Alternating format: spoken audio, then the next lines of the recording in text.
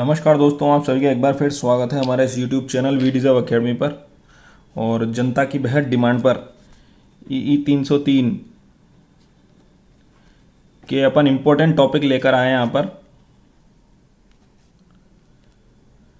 Important topics किस आधार पर decide करते हैं अपन, जैसा कि मैं हर वीडियो में बता चुका हूँ आपको। प्रीवियस ईयर्स में जो पेपर्स आए हैं उनके जो रिपीटेटिव टॉपिक्स हैं उनको मैं आपको यहाँ बताता हूँ। ये आप चाहे तो खुद भी ढूंढ सकते हैं, पर अफसोस ये है कि आप लोग इंतज़ार करते हैं। खैर कोई बात नहीं, पर उन सारे टॉपिक्स को इकट्ठा करके उनमें से ये एनालिसिस निकालना कि वास्तव में कौन कौन से इंपॉर्टेंट है, तो वो मैंने यहाँ आप लोगों के निशान लगा रखे हैं। एक एक करके देखते हैं फटाफट, एक एक मिनट में एक एक यूनिट निपटाएंगे। टोटल 9 यूनिट है, 10 से 12 मिनट में ये ख़त्म हो जाना चाहिए। पूरा वीडियो देखना तो आपको पता चल जाएगा। अंत में मैं आपको वो सारे सिंबल्स बताऊंगा जो जो आने संभावित हैं। मुश्किल से गिने चुने 20-25 सिंबल्स हैं, उनको अगर आपने पढ़ लिया तो उन्हीं में से ही बार बार पूछा जा रहा है। ठीक है ना, तो आगे बढ़ते हैं। यूनिट 1 देखिए, अपनी वायरिंग मटेरियल एंड एक्सेसरीज वाली है। इसमें जो 3 बातें सबसे ज़्यादा इंपॉर्टेंट है, जिनसे बार बार पूछा जा रहा है और इस बार भी पूछा जाएगा, वो क्या है? एक तो एमसीबी आप जरूर पढ़ें।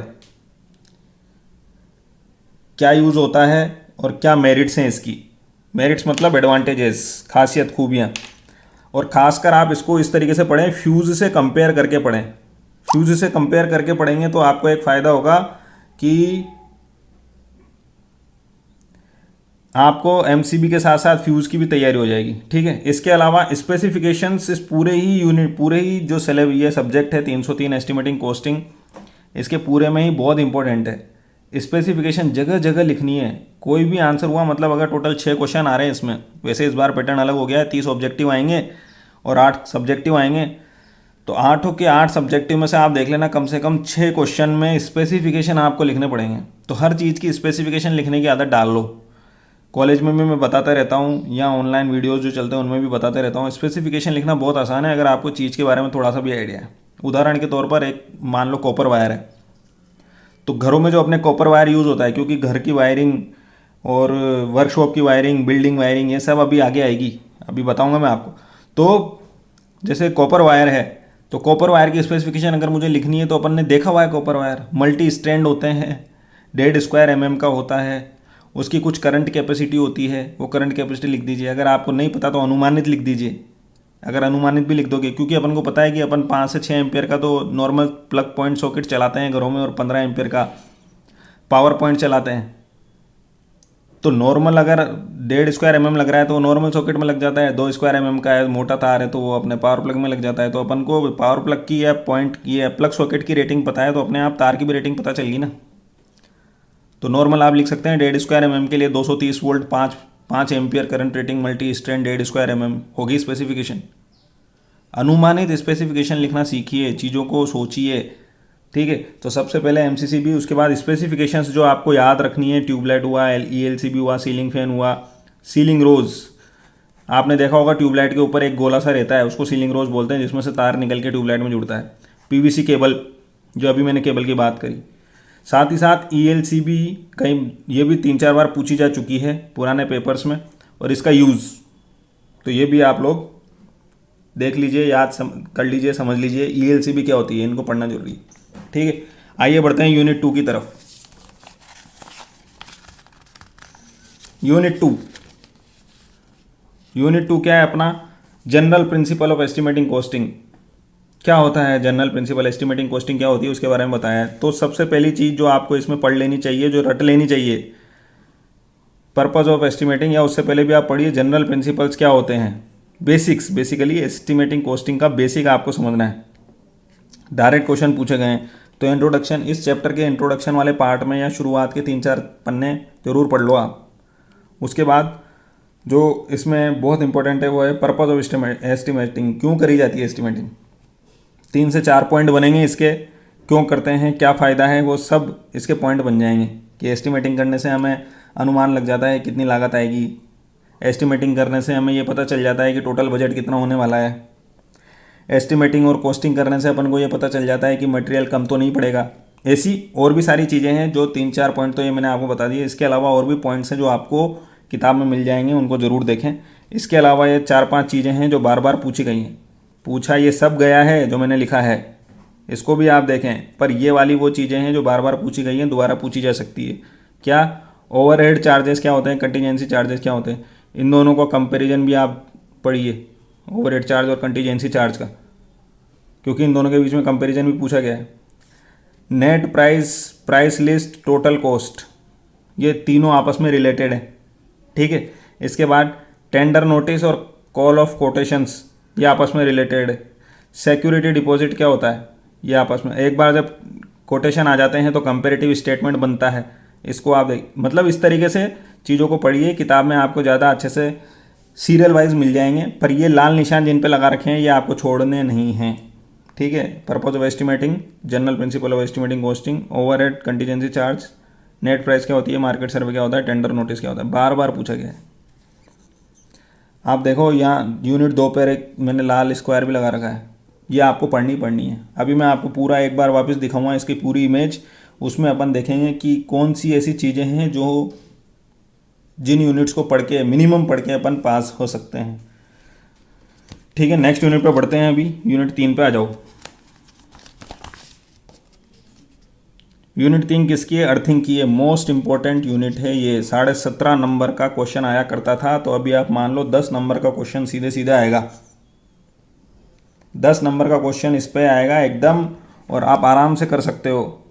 2 तरह की अर्थिंग है, पाइप अर्थिंग और प्लेट अर्थिंग, पढ़नी ही पढ़नी है, छोड़ना ही नहीं है। अब देखो पढ़ना कैसे है, पाइप अर्थिंग में आपको 4 चीज़ें पढ़नी है। पाइप अर्थिंग का डायग्राम, पाइप अर्थिंग की डायमेंशंस, कितना बड़ा पाइप होना चाहिए, होलो होना चाहिए, डायमीटर कितना लंबा, करंट कैपेसिटी के अनुसार, घर के लोड के अनुसार, जिस भी बिल्डिंग की अर्थिंग हो रही है उसके अनुसार ये डिपेंड करेगी इसकी डायमेंशंस।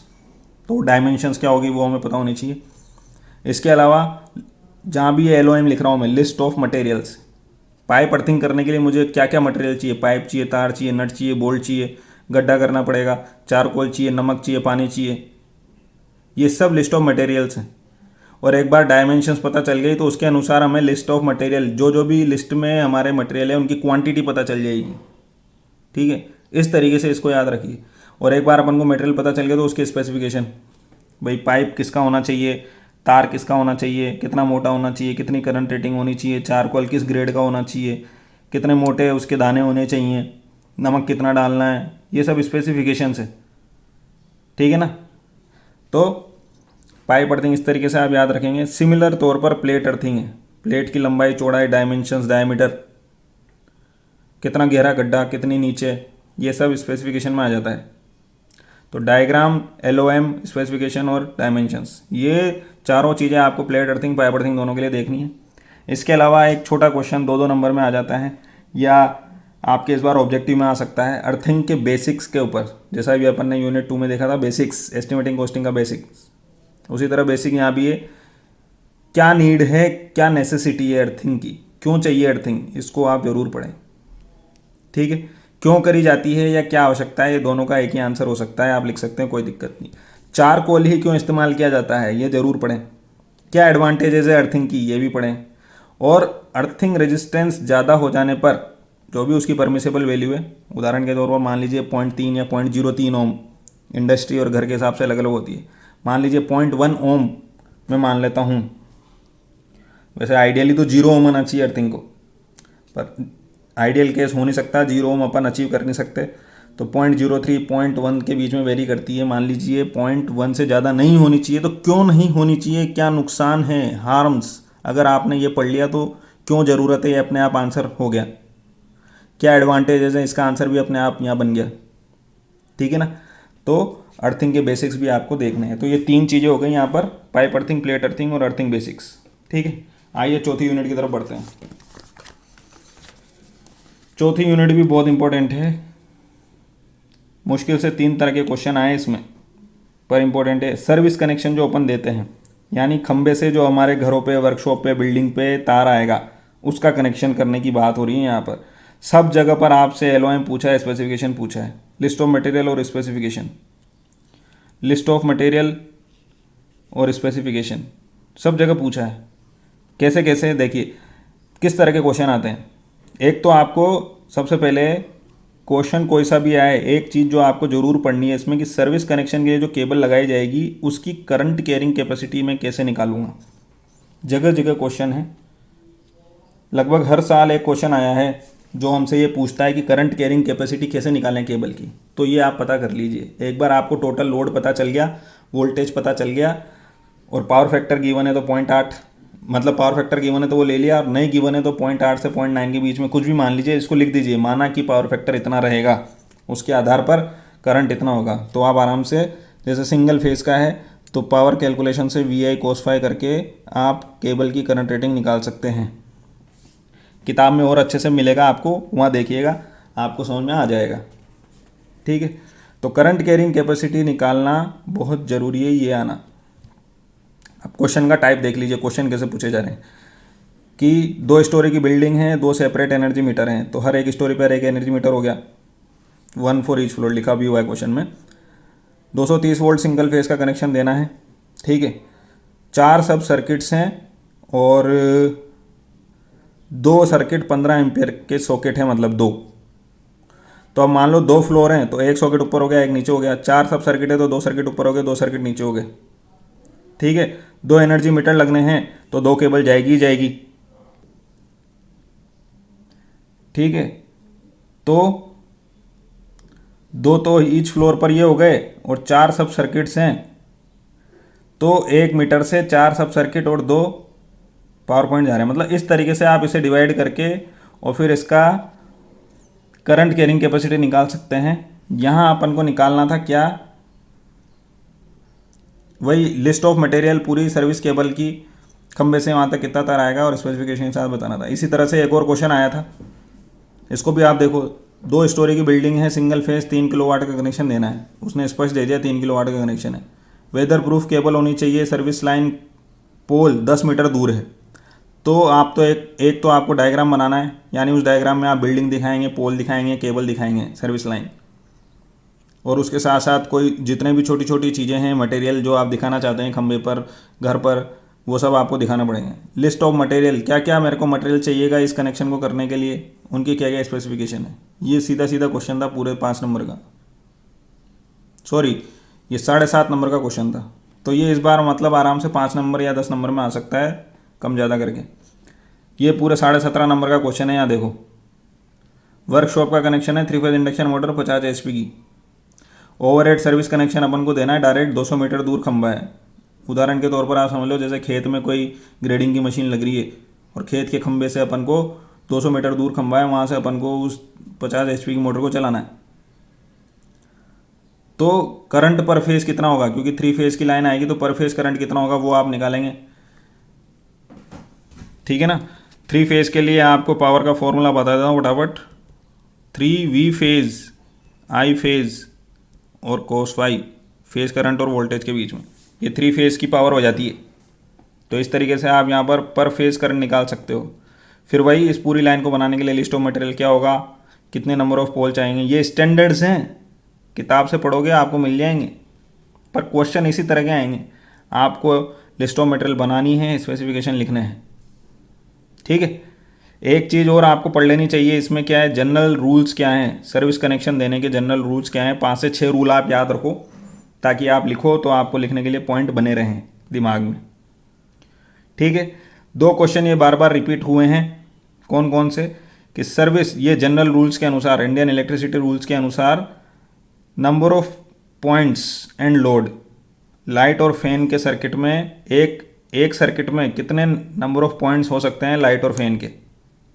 मतलब ऐसा तो नहीं कर सकते ना आप, एक मतलब घर के मीटर से एक ही सर्किट चलाओ और उसमें 10 पंखे और 20 लाइटें लगा दो, ऐसा नहीं हो सकता। इसकी लिमिट है, वो लिमिट कितनी है इस पर रूल, एक तो वो। दूसरी, इसी तरह से जैसे ऊपर अपन ने देखा पावर सब सर्किट में, ये तो लाइटिंग और फैन का सर्किट हो गया, इसी तरह पावर सब सर्किट में भी मैक्सिमम लोड की एक लिमिट है।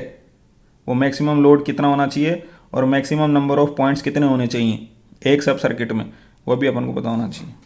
ठीक है, एक सिंगल फेज का अगर मुझे अंडरग्राउंड कनेक्शन देना है, सर्विस कनेक्शन, जैसे यहाँ पर अपन तो ओवरहेड लाइन दे रहे हैं दोनों ही जगह सिंगल फेज की, अगर उसको केबल से देना है, अंडरग्राउंड केबल से, तो फिर लिस्ट ऑफ मटेरियल क्या होगा।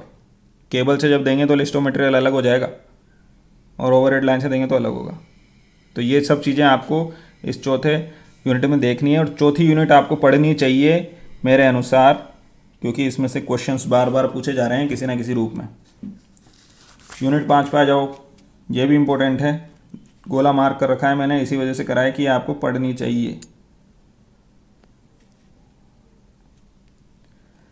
सिंगल फेज और 3 फेज इलेक्ट्रिकल लोड का प्लान एस्टिमेशन। जब ये घरों की, वर्कशॉप की इंटरनल वायरिंग की बात आ गई यहाँ पर, जैसे रेजिडेंशियल बिल्डिंग है और उसमें कुछ सर्किट बनाना होगा क्वेश्चन के अनुसार, तो सब सर्किट कितने होंगे, वायरिंग डायग्राम क्या होगा, लिस्ट ऑफ मटेरियल क्या होगा, स्पेसिफिकेशन क्या होगा, इस तरह से पूछा जाता है क्वेश्चन। तो आपको सब सर्किट कैसे निकालते हैं ये पता होना चाहिए, वायरिंग डायग्राम कैसे बनाते हैं ये पता होना चाहिए, और ये दोनों तो मैं बोल ही रहा हूँ आपको शुरुआत से। जो भी प्रॉब्लम आएगी उसको आपको ऐसे बनाना है। मान लीजिए रेजिडेंशियल बिल्डिंग का क्वेश्चन आ जाता है और आपको समझ में नहीं आ रहा क्या करूँ, तो अपने घर की वायरिंग ध्यान में लाओ कि बोर्ड लग रहा है, बोर्ड पे कितने स्विच हैं, कितने प्लग हैं, एक कमरे में एक पंखा है, 2 लाइट हैं, 2 प्लग के पॉइंट हैं, एक पावर पॉइंट है। इस तरीके से आप कमरे एग्ज़ाम हॉल में बैठे बैठे, और अगर कन्फ्यूजन हो जाता है क्वेश्चन के डाटा में, या फिर क्वेश्चन में डाटा नहीं दिया जाता है, सीधे बोल दी जाती है 3 कमरे की रेजिडेंशियल बिल्डिंग, तो भी आप कर सकते हो। आगे आ जाओ, एक और क्वेश्चन देखो। 3 फेज़ की 10 HP की 430 वोल्ट की इंडक्शन मोटर है। ये क्वेश्चन, सेम क्वेश्चन कम से कम 3 बार पूछा गया है पिछले 9 साल में, पिछले 9 बार के पेपर में, 9 साल भी नहीं, पिछले 9 बार के स्पेशल और रेगुलर पेपर मिला के यही सेम क्वेश्चन 3 बार पूछा गया है। क्या कि 3 फेज़ की 10 HP की 430 वोल्ट की इंडक्शन मोटर है, इंस्टॉल करनी है। वर्कशॉप की साइज़ दी हुई है, साइज़ क्यों दी है, क्योंकि कमरे की साइज़ पता चल जाएगी, हाइट, तो ज़मीन से कितनी ऊपर बोर्ड लगना चाहिए इसके भी नियम हैं, और तार कितनी ऊपर चलना चाहिए इसके भी नियम हैं। तो बोर्ड कितनी ऊपर लगेगा, वहाँ से ऊपर तार जाएगा, फिर दीवारों पे चलेगा, फिर ज़मीन पे उतरेगा, फिर मोटर पर आएगा। तो उससे अपन को ये लंबाई चौड़ाई से अपन को वो आइडिया लग जाएगा कि लेंथ ऑफ वायर कितनी चाहिएगी। तो ये मटेरियल लिस्ट बनाने में, स्पेसिफिकेशन डालने में काम आएगी, ठीक है ना। क्योंकि स्पेसिफिकेशन, जब मटेरियल लिस्ट अपन बनाते हैं तो क्वांटिटी लिखते हैं कि भाई 10 मीटर वायर चाहिए, 14 मीटर वायर चाहिए, 15 मीटर वायर चाहिए। तो आपको इसमें 3 फेज़ मशीन को कनेक्ट करने का एक तो प्लान लेआउट बनाना है। आराम से एक डब्बा बनाइए, उसमें लिखिए 10 बाई 10 और हाइट लिख दीजिए बगल में 4 मीटर। उसके बाद एक कोने पर आप बोर्ड दिखा दीजिए, दूसरे कोने पर मोटर दिखा दीजिए, और यहाँ से यहाँ तक की अनुमानित लिखते जाइए कि भाई जैसे मान लो यही डब्बा हो गया, मैंने यहाँ पर बोर्ड दिखा दिया। अब ये पूरी 10 मीटर थी, पर बोर्ड यहाँ लगा रखा है, तो अपन बोल सकते हैं 8 मीटर की ये हो गई। 8 मीटर यहाँ पर वायर चलेगा और 10 मीटर यहाँ पर वायर चलेगा, और यहाँ पर अपन ने मोटर दिखा दी कोने पर, ठीक है।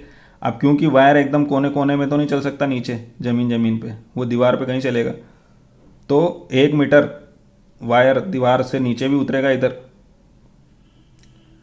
तो इस तरीके से आप लंबाई नाप लेंगे, ठीक है। इसी तरह से ये दोनों और हैं क्वेश्चन, ये भी बार बार पूछे गए। एक ये वाला भी बार बार आया है कि हॉल में इलेक्ट्रिकल वायरिंग करनी है, 15 बाई 6 का कमरा है, 10 लैंप, 5 पंखे, 2 प्लग के पॉइंट्स हैं, तो इनके डायग्राम बनाओ। इन दोनों क्वेश्चन को तो आप ज़रूर देखें, इनसे आपको इतना हिंट मिल जाएगा कि कोई भी क्वेश्चन आएगा आप कर पाएंगे। वही बात जो मैंने आपको सर्विस कनेक्शन में बताई थी नीचे, करंट कैरिंग कैपेसिटी, इसमें भी बार बार पूछते हैं कि करंट कैपेसिटी क्या होगी केबल की। मान लीजिए जो केबल अपन यहाँ यूज़ कर रहे हैं उसकी करंट कैपेसिटी क्या होगी, तो अपन को गिवन है ना, 10 HP की मोटर है, HP को वाट एज में कन्वर्ट करो, 430 वोल्ट गिवन है अपन को, तो अपन को क्या निकालना है, आई निकालना है फेज़ का। तो वोल्टेज गिवन है, फेज़ वोल्टेज निकाल लो 430 से। ये तो लाइन वोल्टेज हो गया, फेज़ वोल्टेज कितना हो जाएगा 230, या V/√3 करोगे तो आ जाएगा 3 × 430/√3, और पावर 10 HP गिवन है, तो 10 HP × 736 वाट में हो गया। इधर वोल्टेज आ गया, इधर 3 है, आई करंट निकालना है, और cos∅ आप मान लो 0.8, इसमें गिवन नहीं है तो 0.8 मान लो। माना कि 0.8 पावर फैक्टर है मोटर का, काम चल जाएगा, कोई नहीं काटेगा आपका, आंसर गलत नहीं होगा। तो उससे आपको करंट कैपेसिटी पता चल जाएगी, या केबल जो अपन को यूज़ करनी है वो कितनी होनी चाहिए, ठीक है। इसी तरह से नंबर ऑफ सब सर्किट, अब यहाँ तो एक ही सर्किट है, बोर्ड से निकल के मोटर में वायर जाएगा, पर यहाँ पर क्योंकि देखो इतने सारे फैन पॉइंट, प्लग पॉइंट हो गए, तो यहाँ जो अपन का एक नियम था क्या, कि नंबर ऑफ पॉइंट्स कितने होने चाहिए, वो अगर यहाँ से मुझे याद है तो यहाँ पर मैं सब सर्किट डिसाइड कर सकता हूँ, ठीक है ना, कि भाई एक सर्किट में कितने फैन और कितने प्लग पॉइंट और कितने लैंप को लेना है। मान लीजिए अगर 2 लैंप और 1 फैन और 2 प्लग पॉइंट का होता है, 1 प्लग पॉइंट का होता है, तो 2 और 1 फैन, तो 2 यानी 5 सब सर्किट होने तो बहुत ज़रूरी है। अगर मान लीजिए 2 लैंप होता है तो नियम के अनुसार अगर मान लीजिए एक सब सर्किट में 2 ही लैंप लेने हैं, तो 2 × 5 = 10, यानी कि इस क्वेश्चन में नंबर ऑफ सब सर्किट कितने हो जाने चाहिए, 5। यह मैं एक एग्जांपल ले रहा हूँ, हो सकता है वो 2 से ज़्यादा की परमिशन हो एज़ पर रूल, ठीक है। तो ये दोनों चीज़ें आप किताब से ज़रूर देखिए कि नंबर ऑफ सब सर्किट कैसे डिसाइड करते हैं और करंट कैरिंग कैपेसिटी केबल की कैसे निकालते हैं। मैंने तो बता ही दिया है, किताब से एक बार ज़रूर देखें,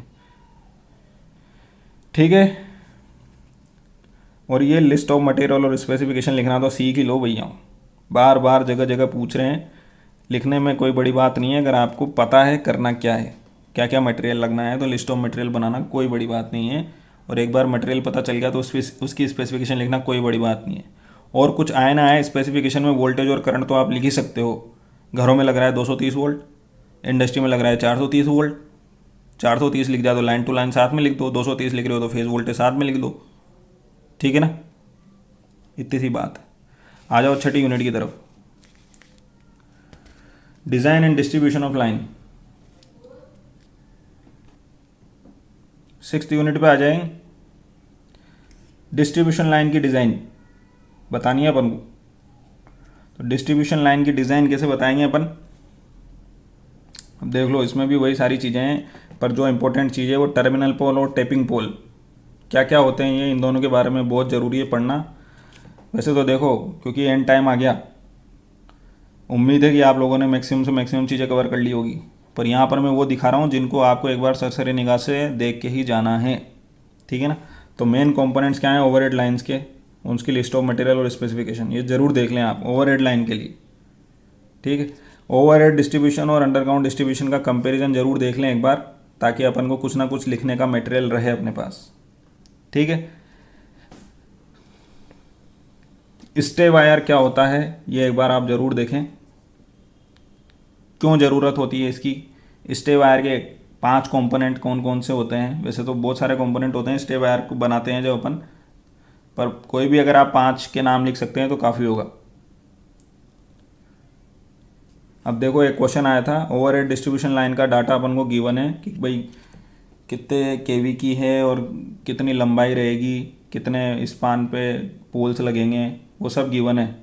तो अपन को क्या करना था, टर्मिनल पोल का स्केच बनाना था कि टर्मिनल पोल कैसा रहेगा, क्योंकि पोल बनेगा, स्टे वायर लगेगा, इंसुलेटर्स लगेंगे, क्रॉस आर्म्स लगेंगी, तो वो स्केच अपन को बनाना है जिस पे अपन को कंडक्टर्स का डिस्पोजिशन दिखाना है कि कंडक्टर कैसे लगाए हुए हैं, साथ ही साथ पूरी लिस्ट ऑफ मटेरियल बनानी है, स्पेसिफिकेशन लिखना है।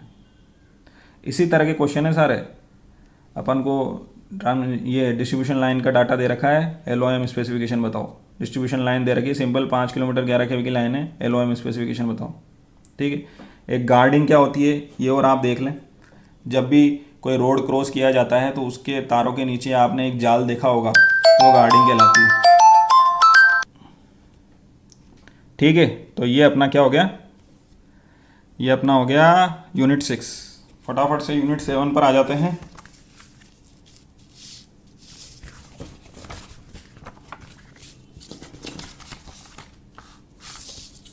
यूनिट 7 सब स्टेशन वाली, इसमें भी ये वाली चीज़ें आप पढ़ जाएं बस, जो अंडरलाइन हो रही है। पूरी यूनिट 7 पर ज़्यादा ध्यान देने की ज़रूरत नहीं है। सब स्टेशन का क्लासिफिकेशन क्या होता है, उन किस किस आधार पर क्लासिफिकेशन होता है, कंस्ट्रक्शन के बेसिस पर क्लासिफिकेशन क्या क्या होता है वो आप ज़रूर पढ़ें। बेसिकली इनको वही कंपेयर करके पढ़ें कि भाई 2 तरह के जैसे सब स्टेशन हैं तो उनका कंपेरिजन आप ज़रूर पढ़ें। कंपेयर करते हुए पढ़ेंगे कि भाई इसकी क्या खूबियाँ हैं, इसकी क्या खामियाँ हैं, तो आपको ज़्यादा अच्छे से याद होगा। एक जो बार बार पूछा जाता है मोस्ट इंपॉर्टेंट, पोल माउंटेड सब स्टेशन, ये छोड़ना ही नहीं है, पढ़ना ही पढ़ना है, ठीक है।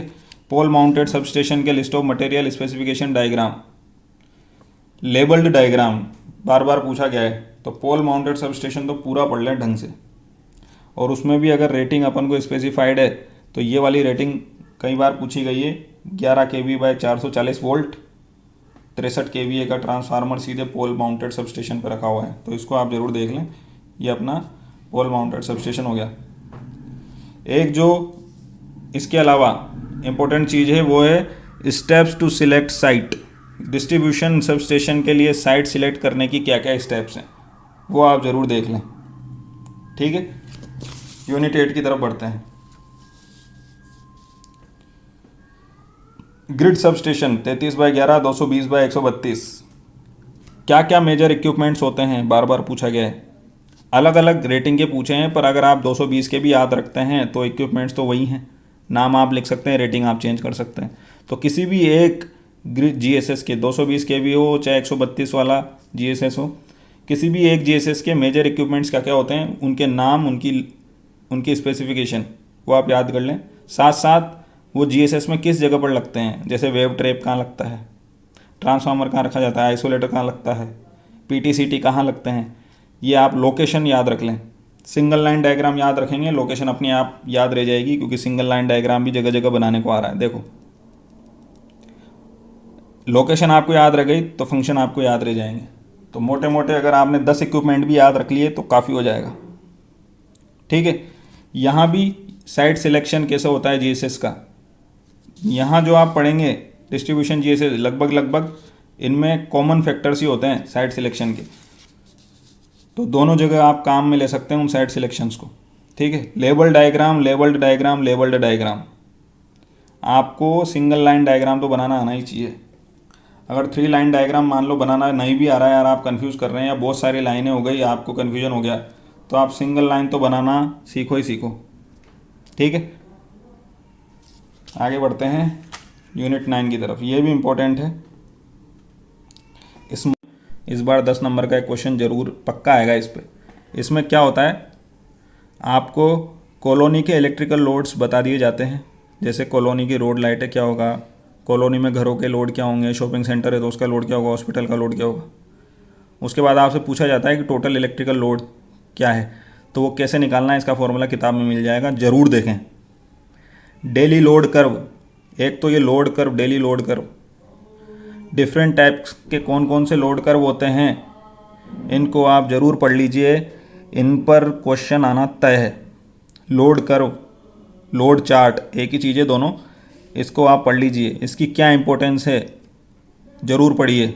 ठीक है, इसके अलावा एक बार आपको किसी कॉलोनी का लोड पता चल गया तो ये मैक्सिमम डिमांड कैसे निकालनी है, और ट्रांसफार्मर कितने केवीए रेटिंग का ट्रांसफार्मर मुझे चाहिएगा इस कॉलोनी के लिए, इसकी कैलकुलेशन करना वो भी बहुत इंपॉर्टेंट है। स्टेप्स, सीधी सीधी स्टेप्स हैं इसकी किताब में, उन स्टेप्स को आप याद रखिए और उन स्टेप्स के अनुसार काम करिए। तो ये 2 चीज़ें मोस्ट इंपॉर्टेंट होगी इसमें। एक तो डिफरेंट टाइप्स के लोड कर्व्स कौन कौन से होते हैं, और किसी भी कॉलोनी के लिए, स्मॉल कॉलोनी के लिए जो हम डिस्ट्रीब्यूशन स्कीम बनाते हैं, उसके लिए जो ट्रांसफार्मर डिसाइड होगा उसकी रेटिंग किस तरह डिसाइड होगी, क्या स्टेप्स होगी उनकी। ठीक है, ये जगह जगह पूछा जाएगा। इसके अलावा एक तीसरी चीज़ है लोड सर्वे। यहाँ जो अपन ये सब निकालते हैं ना, ये अपन को पहले से गिवन होता है इस क्वेश्चन में, वो लोड सर्वे ही है। वो कैसे किया जाता है, क्या इंपॉर्टेंस है। उसके अलावा कनेक्टेड लोड और मैक्सिमम लोड में क्या अंतर है, क्या होता है कनेक्टेड लोड, क्या होती है मैक्सिमम डिमांड, इन दोनों का डिफरेंस याद रखिए, तो आपको कुछ भी लिखने को आए आप आराम से लिख पाएंगे। तो ये अपनी टोटल 9 यूनिट्स हो गई। इसके अलावा जो सिंबल्स बार बार पूछे गए हैं और आ सकते हैं उनको आप देख लीजिए एक बार। बैटरी का सिंबल कई बार पूछा गया है, फोल्ट का सिंबल क्या होता है। बैटरी का सिंबल आप सिंपल सा बना सकते हैं, ये बैटरी का सिंबल हो गया। ठीक है, ये फोल्ट का सिंबल हो गया।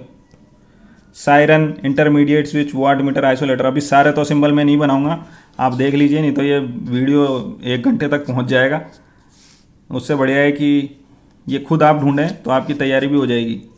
तो ये सब सिंबल्स हैं, इनको मैं धीरे धीरे करके ऊपर सरका रहा हूँ, तो आप नोट करते जाइएगा और देखते जाइएगा। इंटरमीडिएट स्विच क्या होता है, watt meter, isolator, fuse, circuit breaker, choke coil, 2 way switch, lighting arrester, main fuse board with switch, ये बहुत सारे होते हैं। Main fuse board with switch, without switch, light circuit का अलग, पावर का अलग, इस तरीके से पूछे जाते हैं ये अलग अलग। तो इनके सिंबल भी आप याद रखिए। पोटेंशियल ट्रांसफार्मर पीटी, इसी तरह से करंट ट्रांसफार्मर भी आता है सीटी। सॉकेट आउटलेट 2 पिन 16 एम्पियर का, सॉकेट आउटलेट 3 पिन 6 एम्पियर का। Fan regulator, energy meter, exhaust fan, over current relay, 3 phase induction motor, अर्थ fault relay, current transformer, earthing को अपन कैसे दिखाते हैं, ये अपना अर्थिंग का हो गया साइन। ट्यूबलाइट और स्विच, इन सब के सिंबल्स आप याद रखिए। तो इस बार की तैयारी आपकी बढ़िया हो जाएगी। तो इस पूरे वीडियो को देखने के लिए धन्यवाद। उम्मीद है कि आप ये लाल निशान वाली चीज़ें तो कम से कम पढ़ के जाएंगे ही सही, ताकि आपको एग्ज़ाम में कुछ ना कुछ लिखने का ज़रूर मिले, ज़रूर याद रहे। तो देखते रहिए, सीखते रहिए, लगातार प्रैक्टिस करते रहिए। ओनली विद वीडिज़ अकेडमी। यहाँ पर सामने जो आपको दिख रहा है, बेसिकली ये हर साल पिछले 3 सालों में स्पेशल और रेगुलर एग्ज़ाम मिला के किस यूनिट में से पूछा गया वो पैटर्न है। इसी तरह से आप भी और सब्जेक्ट्स का बना सकते हैं, देख सकते हैं, तो आपको पता चल जाएगा क्या कि देखो यूनिट 2 कितनी इंपॉर्टेंट है। सिंगल क्वेश्चन आता है, सिंगल क्वेश्चन 8, 5, 2 और सिंबल्स तो हर बार पूछे जा रहे हैं, और यूनिट 1 में से अलग से क्वेश्चन भी आ रहा है, यानी यूनिट 1 कितनी इंपॉर्टेंट है। इसीलिए मैंने आपको यहाँ बताया था कि 1, 2, 3, 4, 5 और 9, 1, 2, 3, 4, 5 और 9 इन यूनिट को तो आपको देखना ही देखना है। वैसे अगर पूरा देख चुके हैं सिलेबस तो बहुत ही बढ़िया बात है, पर 1, 2, 3, 4, 5, 9 और इनमें से जो मैंने आपको लाल निशान लगा के बताए हैं उनको ज़रूर देखना। तो बहुत बहुत धन्यवाद। जय हिंद, जय भारत, वंदे मातरम।